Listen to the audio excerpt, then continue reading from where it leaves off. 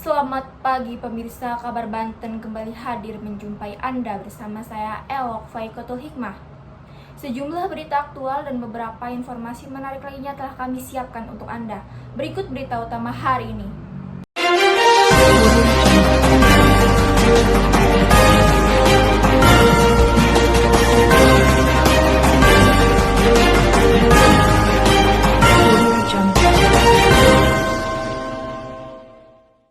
Pemirsa, pertemuan ke-6 mata kuliah teknik reportase dan investigasi berita yang dilakukan oleh sejumlah mahasiswa KPI kelas 5C merupakan diskusi kelompok 3 pada Senin 2 Oktober lalu.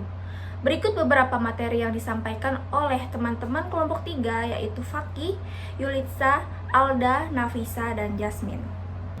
Pada pertemuan ke-6 ini kelompok 3 membahas jurnalisme investigasi.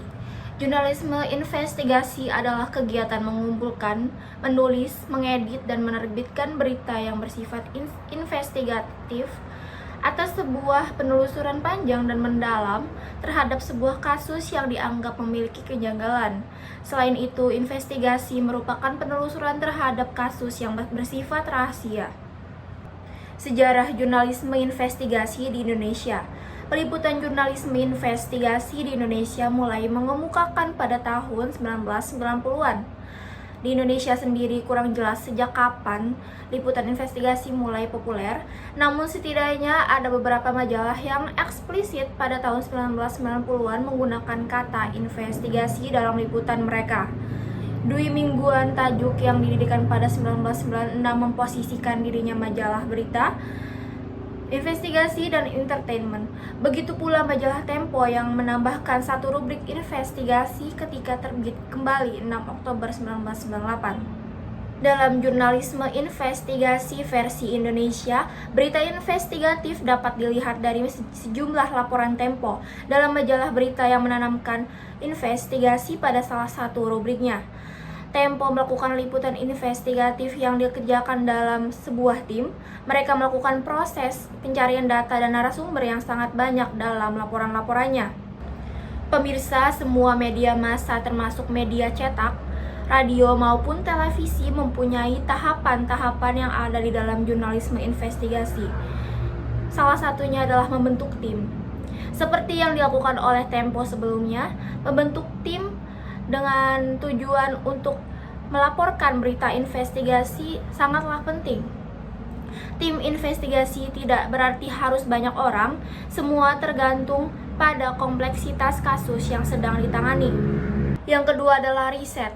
Riset dalam investigasi biasanya dipahami sebagai fase yang harus dilakukan sebelum turun ke lapangan, tetapi ada kalanya riset juga bisa menjadi inti dari action investigasi itu sendiri. Terutama dari hasil riset itu bisa ditarik kesimpulan atau riset itu menjawab dugaan sementara yang telah kita bangun. Yang ketiga, menentukan angle. Yang keempat, merencanakan strategi eksekusi. Yang kelima, menyiapkan skenario pasca publikasi. Prinsip-prinsip jurnalisme investigasi. Agar investigasi dapat dijalankan dengan baik, maka investigator harus memenuhi prinsip-prinsip investigatif.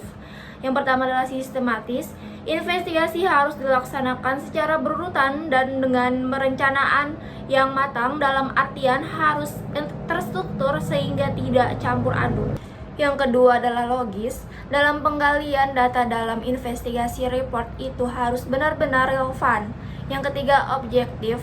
Investigasi reporting tidak boleh dilakukan dengan mementingkan suatu pihak tertentu. Yang salah tetaplah salah dan yang benar tetaplah benar.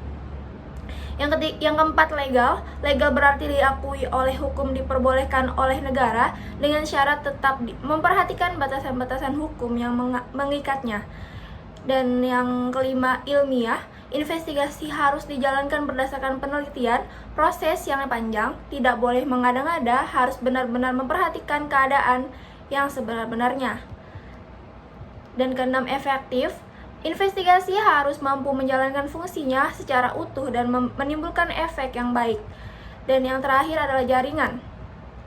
Investigasi sangat dibutuhkan yang namanya hubungan kerjasama antara jurnalis yang satu dengan yang lainnya. Diskusi ini berjalan dengan lancar, seperti biasanya.